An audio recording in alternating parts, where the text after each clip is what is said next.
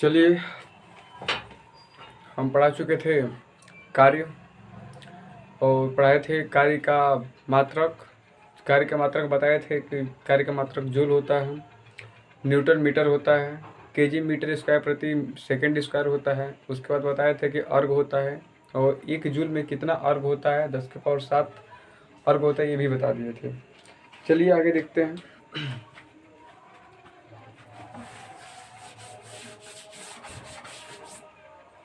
पढ़ना इसका है बीमा। पहले तो हम लोग पढ़े थे कि किसी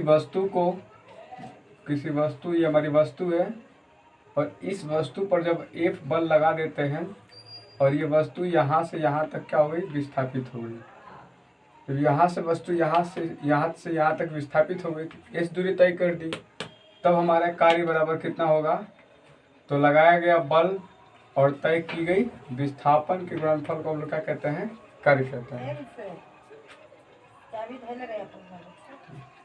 चूंकि ये बल हमारी सदिश राशि है, विस्थापन भी सदिश राशि है, तो इन दोनों का गुणनफल करने से हमारी जो कार्य आया है ये अदिश राशि होती है। ये हो गई अदिश राशि। ठीक, तो जब हम बताए थे कि जब दो सदिशों का गुणा करने पर एक अदिश राशि प्राप्त होती है तो इसको सदिशों का अदिश गुणनफल कहते हैं और इनके बीच में डॉट का प्रयोग करते हैं। यहाँ से जब हम W हटाते हैं तो मिलेगा F into S cos theta. ठीक, अगर विस्थापन की दिशा भी आगे की तरफ है और बल की दिशा भी आगे की तरफ है, तो दोनों के जब दोनों एक ही दिशा में है तो बीच का कोण 0 होगा।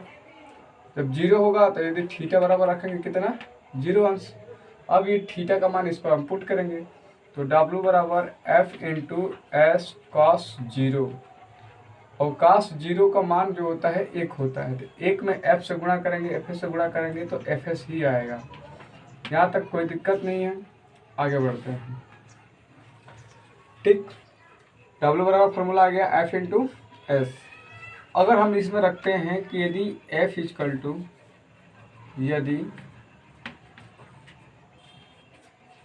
F इजकल टू 1 न्यूटन तथा S इजकल टू 1 मीटर, तब इस दोनों का मान इसमें हम रख के देखते हैं। तो रखेंगे तो W इजकल टू F का मान कितना है, 1 न्यूटन, तो लिखेंगे 1 न्यूटन इंटू S का मान कितना है, तो 1 मीटर है, तो रखेंगे हम लोग 1 मीटर।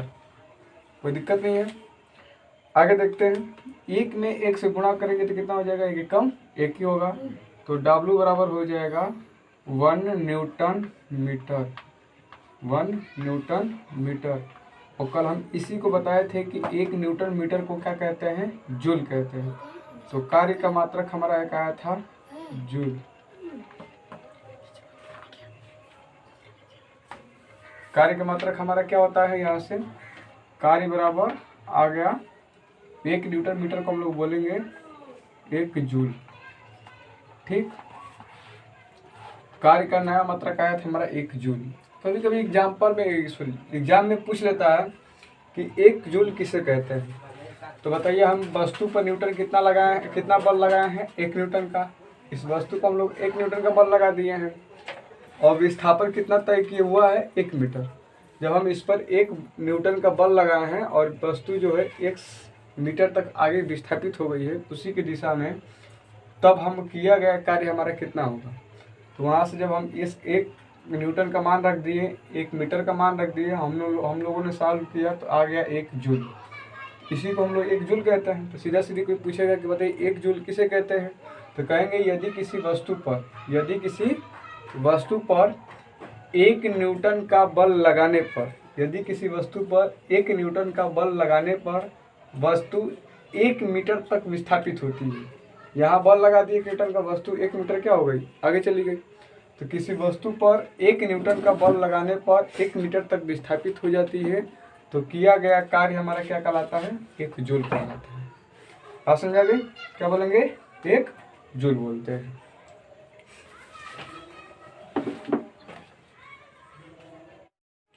चलिए, 1 जूल हम लोग पढ़ लिए, मात्रक तो हमारा पूरा कंप्लीट हो गया। अब हम लोग पढ़ेंगे बीमा। तो लिखेंगे कार्य का बीमा, कार्य का बीमा देखेंगे तो फार्मूला बता चुके हैं, W बराबर F इंटू एस। ठीक है, इसको हम लिखेंगे तो W इक्वल टू F का बीमा क्या होता है, बल का बीमा। तो बल किसे कहते हैं, हम लोग जानते हैं द्रव्यमान गुणे त्वरण, यानी इसको हम बल को लिख सकते हैं कितना, द्रव्यमान गुणे त्वरण।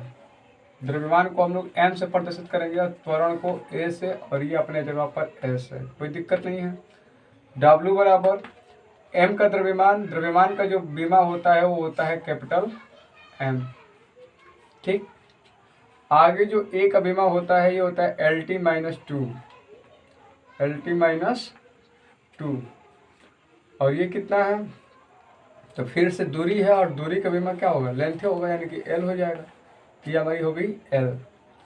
अब देखेंगे W इक्वल टू M, और कहीं है नहीं है, छोड़ देंगे उसी तरीके से M।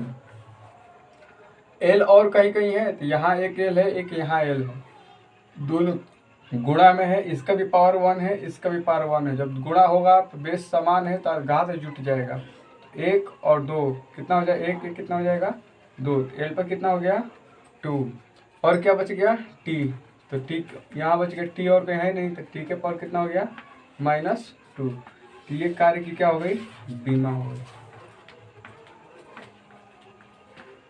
कार्य की बीमा।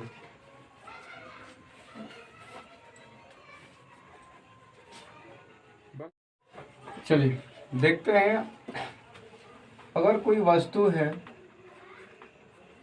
तो इस पे दो तरीके से बल लगता है।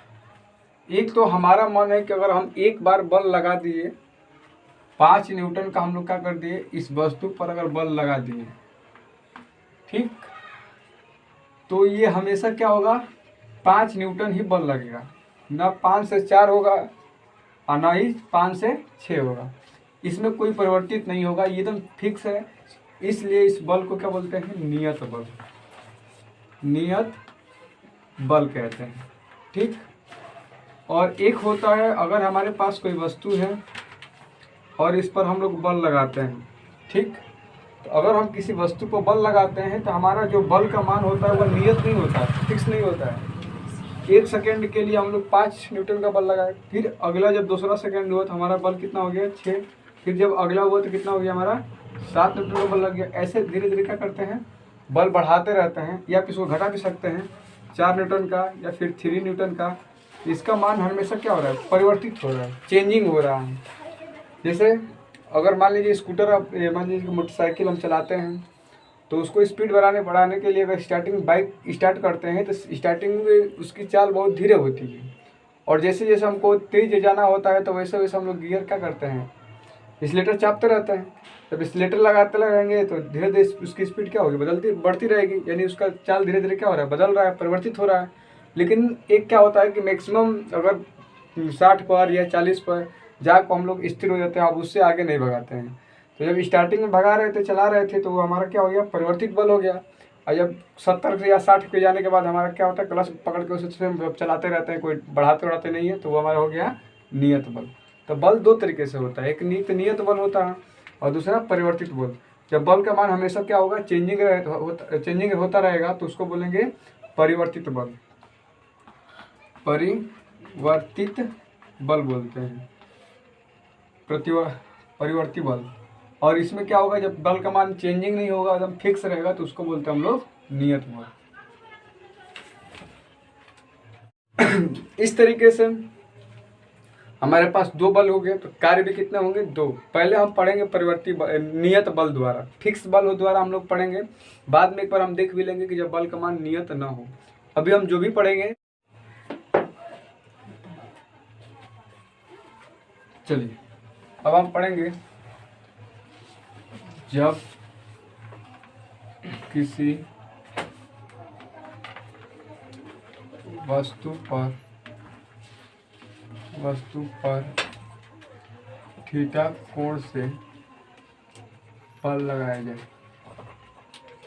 बल लगाया जाए, चलिए, ये हमारी वस्तु है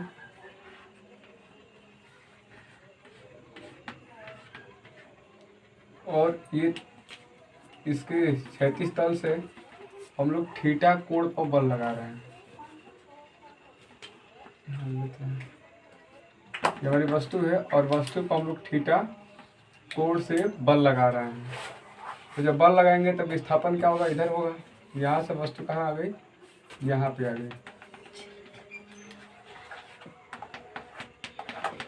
विस्थापन कितना हुआ, एस। हम लोग बल लगा दिए कितना, एफ, और कितने कोण पर, थीटा कोण पर। ठीक है, तो इसको दो घटकों में तोड़ेंगे। जब दो घटकों में अगर हमारे पास ये बल है, अगर हमारे पास सदिश वेक्टर ए है, तो इसको दो घटकों में तोड़ते थे। एक तो क्षैतिज में ऊपर ऊर्ध्वाधर में, तो अगर क्षैतिज में तोड़ेंगे एक अक्ष, ये वाई अक्ष, तो ये इसके साथ थीटा कोण बना रहा है। तो इसमें जब एक्स के साथ तोड़ते हैं तो क्या होता है, ए कॉस थीटा, और जब वाई के साथ तोड़ेंगे तो क्या होगा, ए साइन थीटा। बात समझ आ गई। तो यहाँ हम तोड़ेंगे बल को। तो अगर हमारे पास बल है तो हम बताए थे कार्य के डिफिनीशन में ही कि वस्तु को, अगर किसी वस्तु पर बल लगाते हैं तो बल की दिशा में तय की गई विस्थापन को, जिस दिशा में बल लगा होगा उसी दिशा में क्या होना चाहिए, विस्थापन होना चाहिए। तो उसी को हम लोग कार्य, उनके गुणनफल को कार्य कहते हैं। अगर इसको दो घट, इसकी दिशा इधर हो गई, इसकी दिशा इधर हो गई, दोनों एक डायरेक्शन में नहीं है। जब दोनों एक डायरेक्शन में नहीं है तो इसको हम लोग क्या कर सकते हैं, तोड़ सकते हैं, वियोजित कर सकते हैं। अगर बल एफ है तो इधर हम क्षैतिज में तोड़ेंगे, एक अक्ष काम करेगा, तो इधर तोड़ेंगे, थीटा कोण बना रहा है तो ये हो जाएगा हमारा एफ कॉस थीटा। ऊपर तोड़ेंगे तो ऊपर क्या हो जाएगा हमारा, ये हो जाएगा हमारा F sine theta, F sine theta. अब इसकी दिशा इधर होगी, इसकी दिशा होगी, दोनों एक ही दिशा में है, तो हम लोग ये वाला बल लेंगे, ये वाला बल हम लोग नहीं लेंगे। यहाँ से जो हमारा कार्य होगा, W बराबर, हमारा फॉर्मूला होता है F इंटू एस। तो कार्य बराबर F हमारा कितना है, ये है, तो रखेंगे हम लोग F कॉस थीटा इंटू कितना हो जाएगा, S। तो W बराबर निकालेंगे, ये हो जाएगा F into S cos theta. तो जो बीच में थीटा का कोण दिया रहेगा उसका मान रख के हम लोग आसानी से मान निकाल लेंगे। ठीक है, चलो इसके हम पहले ये भी पढ़ाए थे, किसी भी राशि को तीन घटकों में हम लोग क्या कर सकते हैं, वियोजित कर सकते हैं। जैसे मान लीजिए अगर हमारा जो लगाया गया बल है एफ है, ये हमारा कितना है, एफ एक्स आई कैप प्लस एफ वाई जे कैप प्लस एफ जेड के कैप। ठीक, और जो हमारा दूसरा विस्थापन जो दिया गया है एस बराबर, वो है एक्स आई कैप, क्योंकि विस्थापन है, दूरी तय करेगा एक्स अक्ष में, इसलिए एक्स अक्ष लिखे हैं, प्लस वाई अक्ष पे जाएगा, ये हो जाएगा वाई जे कैप प्लस, अगर जे वाले पे जाए, जेड वाले पे जाएगा तो ये हो जाएगा जेड इंटू के कैप। ठीक, ये हमारा क्या है, बल दिया है, कोई बल है और उसको त्रिविमित संरचना पर है, तो उसको तीनों खंडों में लंबवत वियोजित कर दिए हैं, और विस्थापन को भी तीनों लंबवत खंडों में वियोजित कर दिए हैं, तीन लंबवत घटकों में वियोजित कर दिए हैं। अगर इस प्रकार से दिया गया तब हमारा कार्य क्या होगा, तो कार्य बराबर फार्मूला हमारा यही होता है एफ इंटू एस। इसी फार्मूले पर हम लोग रखेंगे। ठीक है, चलो रखते हैं। तो हम लिखेंगे कार्य इजकल टू, पहले क्या चाहिए, एफ, और एफ का मान ये है, लिखेंगे हम लोग एफ एक्स इंटू आई कैप प्लस एफ वाई जे कैप प्लस एफ जेड के कैप। ये एफ का मान हो गया, डॉट। अब हमको क्या चाहिए, विस्थापन। तो विस्थापन हमारा ये है, हो जाएगा एक्स आई कैप प्लस वाई जे कैप प्लस जेड के कैप। ये हमारा क्या हो गया, विस्थापन। ठीक है, चूंकि हम आपको बताए थे कि cos 90 का मान क्या होता है, 0 होता है। अगर ये भी बताए थे कि अगर ए डॉट बी है तो अगर डॉट में है तो ए बी कॉस थीटा में टूटता है। ठीक है, थीटा में अगर थीटा का मान 90 अंश रहेगा तो cos 90 का मान 0, तो टोटल मान क्या हो जाएगा, 0। देख लीजिए ये भी डॉट है, तो डॉट है तो इसका मतलब जहाँ जो लंबवत होंगे सब क्या हो जाएंगे, 0 हो जाएंगे। चलिए देखते हैं। तो अगर देखेंगे तो आई और जे जैसे मान लीजिए एक्स वाई जेड, ये आई कैप, ये जे कैप और ये के कैप। तो आई और जे के बीच में क्या होगा, 90 के कोण बनेगा, लंबवत हो गए, तो इसका मतलब क्या हो गया 0। ठीक, अगर जे और जेड है, जे हो गया सॉरी के कैप होगा, के कैप, अगर जे कैप है इंटू के कैप है, दोनों एक दूसरे के क्या होंगे, लंबवत होंगे। जब लंबवत हो गए तो 90 तक का 90 का मान 0, इसका मान 0। अगर के और आई होता है, अगर के हम लोग आई रखते हैं तब भी दोनों एक दूसरे के क्या होंगे, लंबवत, लंबवत होंगे, तो इसका मान क्या हो जाएगा 0। आप इसको गुणा कर लीजिएगा और जहाँ जहाँ आई जे मिलेगा, जहाँ जहाँ के जे के मिलेगा, जहाँ जहाँ के आई मिलेगा, सबका मान क्या हो जाएगा 0। ये हम पीछे कक्षाओं में पढ़ा चुके हैं। तो बस हमको क्या मिल जाएगा, जो हमारे पास सबका इन तीनों का मान 0 हो जाएगा, तो हमको क्या मिलेगा, W बराबर मिल जाएगा x वाला का गुणा x है, ये हो जाएगा fx इंटू एक्स आई कैप प्लस इसका गुणा j वाला का j से, ये हो जाएगा fy इंटू वाई जे कैप प्लस इसका इसमें गुणा, तो ये हो जाएगा fz इंटू जेड के कैप। ये हमारा क्या हो गया, आंसर प्राप्त होगा। ठीक है, बात समझ आ गई, नोट करिए इसको। चलो, जो भी पढ़ाए हैं, एफ बराबर F into S F x और एफ वाई एफ जेड, उस पर हम लोग क्वेश्चन देखते हैं। जैसे एग्जाम्पल नंबर दिया गया है, एक वस्तु एक्स अक्ष की दिशा में गति कर सकती है। किस दिशा में, एक्स अक्ष की दिशा में गति कर सकती है। उस वस्तु पर F बराबर I minus 3J plus K cap, I cap minus 3J cap plus K cap newton का बल लगाने पर 5 मीटर की दूरी तय कर सकती है। तो किए गए कार्य क्या कीजिए, गणना कीजिए। तो हमारे पास मिल गया F is equal to I cap minus 3J cap plus K cap मिल गया। अब देखेंगे दूरी, तो दूरी किस अक्ष की बात कर रहा है, एक्स अक्ष की बात कर रहा है। इसका मतलब जो F होगा वो कितना, एक्स अक्ष में कितना दूरी तय कर सकता है, 5 मीटर। तो ये हो गया 5 और एक्स अक्ष पर जाएगा। जैसे मान लीजिए कि हमारा होता है एक्स अक्ष, वाई अक्ष और ये जेड अक्ष। तो एक्स अक्ष का एकांक सदिश क्या होता है, आई कैप। तो इसका मतलब एक्स अक्ष पर जा रहा है तो क्या होगा 5i कैप। बात है समझ में। अब हमको निकालना है कार्य, तो W बराबर निकालेंगे। तो अगर W बराबर फॉर्मूला हम निकालेंगे तो क्या होता है फॉर्मूला, F इंटू एस। अब समस्या है कि हम एक का मान इतना सारा दिया गया है, आई कैप में भी दिया गया है, जे कैप में भी दिया गया है और के कैप में।